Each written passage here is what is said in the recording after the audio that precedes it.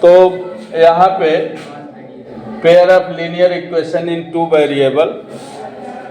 अब इसके बारे में जैसे कि दो चर वाले रैखिक समीकरण, तो दो चर वाले रैखिक समीकरण के बारे में मैंने बताया कि इसमें दो चर होंगे और रैखिक में जो चर राशियां होती हैं, वेरिएबल क्वांटिटी जो होती हैं, उनकी पावर 1 होता है।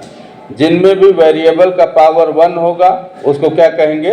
रैखिक कहेंगे। ठीक है।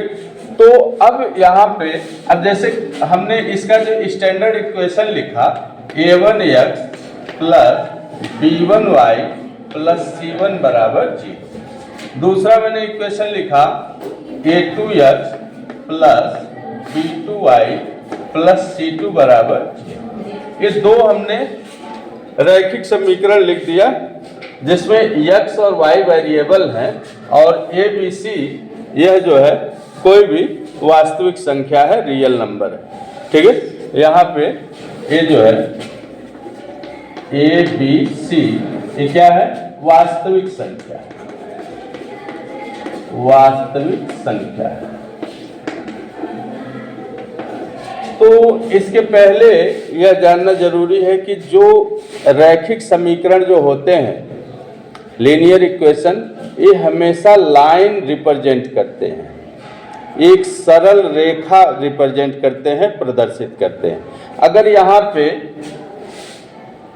एक रैखिक समीकरण है और ये दूसरा है, तो एक लाइन यह रिप्रेजेंट करेगा और एक लाइन यह रिप्रेजेंट करेगा, यानी यह दो इक्वेशन है तो दो जो है लाइन रिप्रेजेंट करेंगे, दो सरल रेखा ये रिप्रेजेंट करेंगे। ठीक।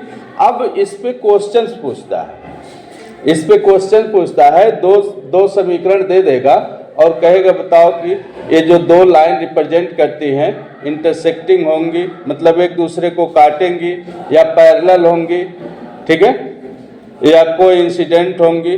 कोइंसिडेंट मीन्स समपाती होंगी। तो तीन कंडीशन इसमें होता है और एक क्वेश्चन बोर्ड में और भी एग्जाम में पूछे जाते हैं, कॉम्पिटिटिव एग्जाम में भी पूछे जाते हैं, बहुत इंपॉर्टेंट चीज़ है। तो इसमें दो रेखाएं होंगी तो दोनों रेखाओं के तीन कंडीशन होंगे, या तो वह एक दूसरे के समांतर होंगी, या एक दूसरे को इंटरसेक्ट करेंगी, काटेंगी, या एक दूसरे के समपाती होंगी। तो इन तीनों को कैसे हम जानेंगे, उसके लिए यहाँ पे कंडीशन मैं लिख रहा हूँ, इसको ध्यान से पहले समझ। पहला जो होता है, अगर इसी में a1 upon a2, a1 upon a2 ये not equal to b1 upon b2 होगा। अगर ये कंडीशन होल्ड करेगा तो होगा क्या? तब इसके सलूशन यानी इसके हल के बारे में, तो समीकरण का केवल एक हल होगा, केवल एक हल होगा, एक हल होगा। और लाइन कैसे? लाइन क्या करेगी? रेखाएं प्रतिच्छेदित करेंगी, रेखाएं प्रतिच्छेदित करेंगी। रेखाएं प्रतिच्छेदित करने का मतलब दोनों रेखाएं एक दूसरे को क्या करेंगी? काटेंगी। और इसके हल के बारे में पूछेगा तो हल लिखेंगे, केवल एक हल होगा, रेखाएं प्रतिच्छेदित करेंगी और इनका जो हल के बारे में इनको कहते हैं संगत होगा। हल कैसा आप कहेंगे? संगत। हल इनका संगत होगा। देखो दो कंडीशन होता है, जब समीकरण की वैल्यू आती है तब उसका हल बोलते हैं संगत होगा, और जब वैल्यू नहीं निकलती है तब बोलते हैं हल उसका असंगत होगा। तो पहले कंडीशन में a1 upon a2 not equal to b1 upon b2 होगा, तो केवल एक हल होंगे, रेखाएं प्रतिच्छेदित करेंगी और क्या होगा? इनका जो हल होगा संगत होगा। हल क्या होगा? संगत होगा। ये पहला कंडीशन है। दूसरा इसी तरह से दूसरे वाले में a1 upon a2 b1 upon b2 के इक्वल हो, और तीसरा c1 अपान c2 के तीनों इक्वल हो।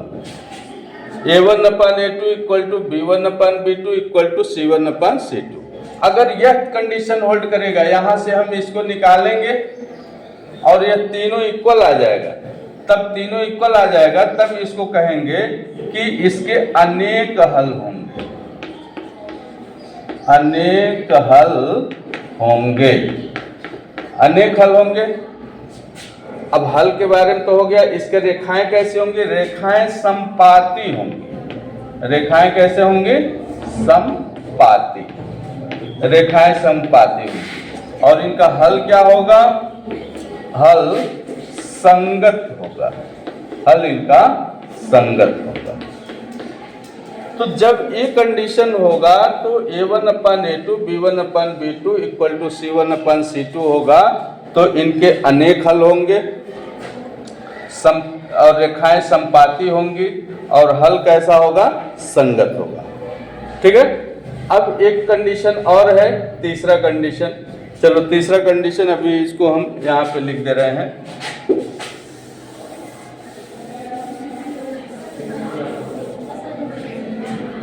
अभी हम इसको लिख दे रहे हैं। थर्ड वाला कंडीशन इसको समझ लो।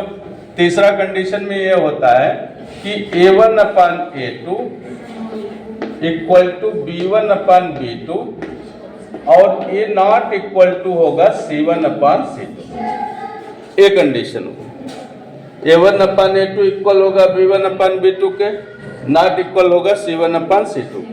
अब जब यह होगा तो इसका मतलब यह होता है कि इसके कोई हल नहीं होगा, इसका कोई हल नहीं होगा, कोई हल नहीं होगा। और रेखाएं कैसी होंगी? रेखाएं समांतर होंगी,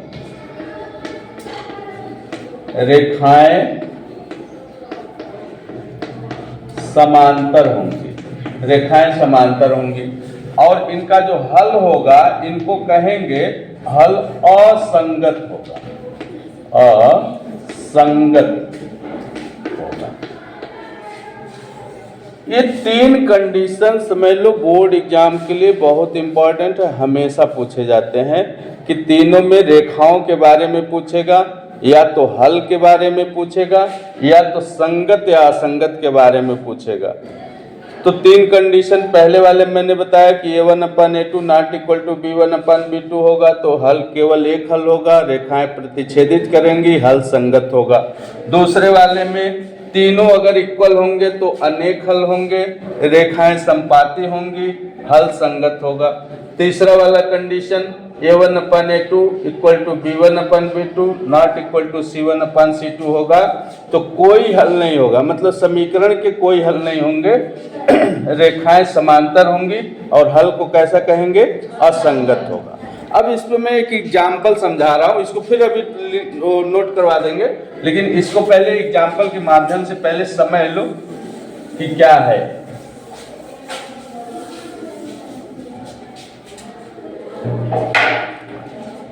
अब यहां मैंने एक इक्वेशन लिख दिया 2x plus 3y equal to 4। ये इक्वेशन फर्स्ट सपोज कर लो, ठीक है। और यहां पे मैंने लिख दिया 5x minus 4y equal to 1। ये सेकेंड। अब ऐसे दो इक्वेशन दे देगा, तो इसमें तीन तरीके की सवाल बनते हैं, तीन चीजें पूछ सकता है। या तो कहेगा इसका हल बताओ कैसा होगा, अनेक हल होगा या कोई हल नहीं होगा, ठीक है।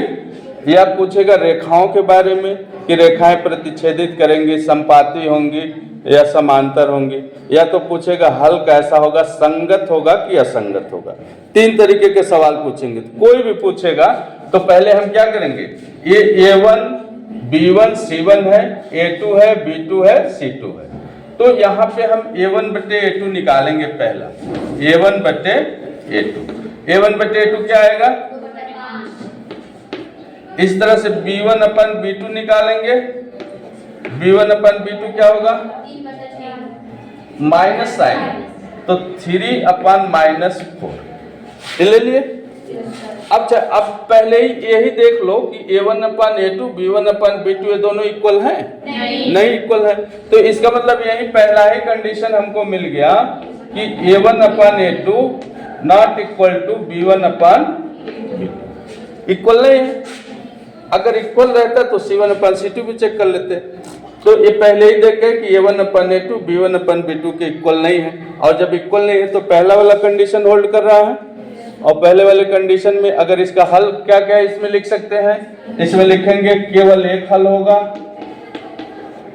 केवल एक हल होगा। रेखाएं कैसी होंगी, रेखाएं प्रतिच्छेदित करेंगी, यानी रेखाएं इस तरह से इंटरसेक्ट करेंगी। और हल कैसा होगा, संगत होगा। हल कैसा होगा, एक और मैं एग्जांपल बता रहा हूं।